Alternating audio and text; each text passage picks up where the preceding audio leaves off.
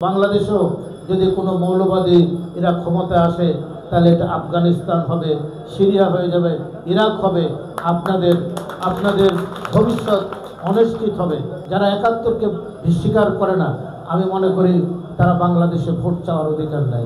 যারা ৩০ লক্ষ শহীদের রক্তের সাথে স্বীকার করে না, আর তারা বাংলাদেশের ভোটে দাঁড়ানোর তাদের কোনো অধিকার নেই। এই ভারতের যেরকম মৌলবাদী ক্ষমতা এসে ভারতের চরিত্র পাল্টে দিয়েছে, এখানেও যেন এই জাতীয় মৌলবাদীরা ক্ষমতা এসে বাংলাদেশের অরিজিনাল চরিত্র যেন পাল্টে না দিতে পারে। এই অহিংস ভারতের চরিত্র বর্তমান যারা ভারতে ক্ষমতা আছেন, একটি মৌলবাদী গোষ্ঠী ভারতের চরিত্র নষ্ট করে দিয়েছে। এই সারা পৃথিবীতে ভারতকে বলা হতো একটি অসাম্প্রদায়িক রাষ্ট্র। সেই ভারতের চরিত্র পাল্টে দিয়েছে ক্ষমতায় যারা থাকে। এই জন্য আমি বলতে চাই, বাংলাদেশে আমরা 1991 সালে আমরা ক্ষমতা আসার পর ভারতের বাবরি মসজিদ ভাঙা হয়েছে, তখন সারা বাংলাদেশে এক উত্তেজনার সৃষ্টি হয়েছে। সারা রাত আপনাদের সাথে থেকে এই বেগমগঞ্জের আপনার গান্ধী আশ্রম থেকে শুরু করে সমস্ত কিছু আমরা পাহারা দিয়েছি।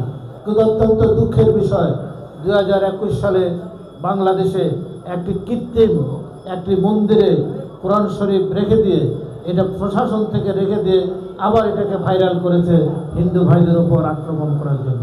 এদেশে আইন শৃঙ্খলা পরিস্থিতি অবনতি করে এই সৃষ্টি করেছেন, আমরা তাদেরকে নিন্দা জানাই।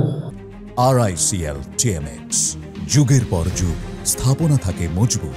যারা ধর্মকে ব্যবহার করে এই দেশের মানুষের মধ্যে সহিংসতা সৃষ্টি করতে চেয়েছেন, তাদেরকে নিন্দা জানানোর আমাদের ভাষা নেই। আমি এখানে দুটি কথা বলতে চাই। এই উপমহাদেশে 47 সালে দুটি দেশ হয়েছে, একটি পাকিস্তান, একটি ভারত। আমরা দেখেছি এই উপমহাদেশের আন্দোলনের পরে আমরা একটি জিনিস দেখতে পেলাম যে ভারতের কারা রাষ্ট্রের ক্ষমতায় এসেছেন। ভারতের নেতা ছিলেন মহাত্মা গান্ধী, পণ্ডিত জওহরলাল নেহরু, আবুল কালাম আজাদ, রবীন্দ্রনাথ ঠাকুর, নজরুল ইসলাম সহ, কাজী নজরুল ইসলাম সহ, দেশবন্ধু চিত্তরঞ্জন থেকে শুরু করে অসংখ্য অসাম্প্রদায়িক নেতারা, যিনি ভারতের আপনার শাসনতন্ত্র লিখেছেন, একটি নিম্ন শ্রেণীর হিন্দু হলো ডক্টর আম্বেদকর লিখেছেন। এই অহিংস ভারতের চরিত্র বর্তমান যারা ভারতে ক্ষমতা আছেন, একটি মৌলবাদী গোষ্ঠী ভারতের চরিত্র নষ্ট করে দিয়েছে।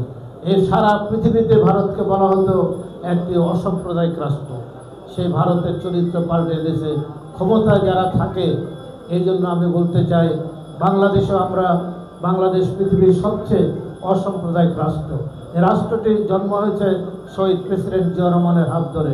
উনি একটি অহিংস ছিলেন, অসাম্প্রদায়িক নেতা ছিলেন, জাতীয়তাবাদী নেতা ছিলেন। জাতীয়তাবাদী নেতারা কখনো অহিংস হতে পারে না।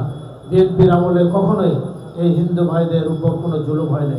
বাংলাদেশের সমস্ত হিন্দু ভাইদের এই চমনিত বেগমগঞ্জে আপনি দেখবেন কোনো বিএনপির কোনো ভাই কোনো হিন্দু সম্পত্তি দখল করে নাই।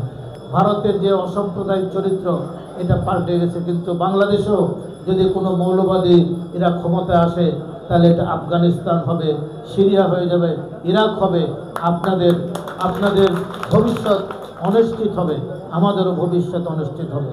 তাই হিন্দু সম্প্রদায় ভাইদের কাছে আমার আবেদন থাকবে, আপনারা অসাম্প্রদায়িক বাংলাদেশ রক্ষার জন্য আগামী দিনে আপনাদের ভোটটি আপনারা সঠিকভাবে প্রয়োগ করবেন, যাতে বাংলাদেশের যে মূল চরিত্র, যে কারণে বাংলাদেশ হয়েছে, আপনার ভাই আমার ভাই রক্ত 30 লক্ষ মানুষ শহীদ হয়েছেন, যারা বাংলাদেশকে সৃষ্টি করেছেন, সেই মুক্তিযোদ্ধাদের যেন অপমান না হয়।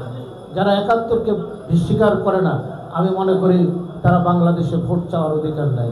যারা 30 লক্ষ শহীদের রক্তের সাথে স্বীকার করে না, আর তারা বাংলাদেশের ভোটে দাঁড়ানোর তাদের কোনো অধিকার নেই। তাই আমি এটা বলতে চাই, এটা লালনের দেশ, অসাম্প্রদায়িক বাংলাদেশ।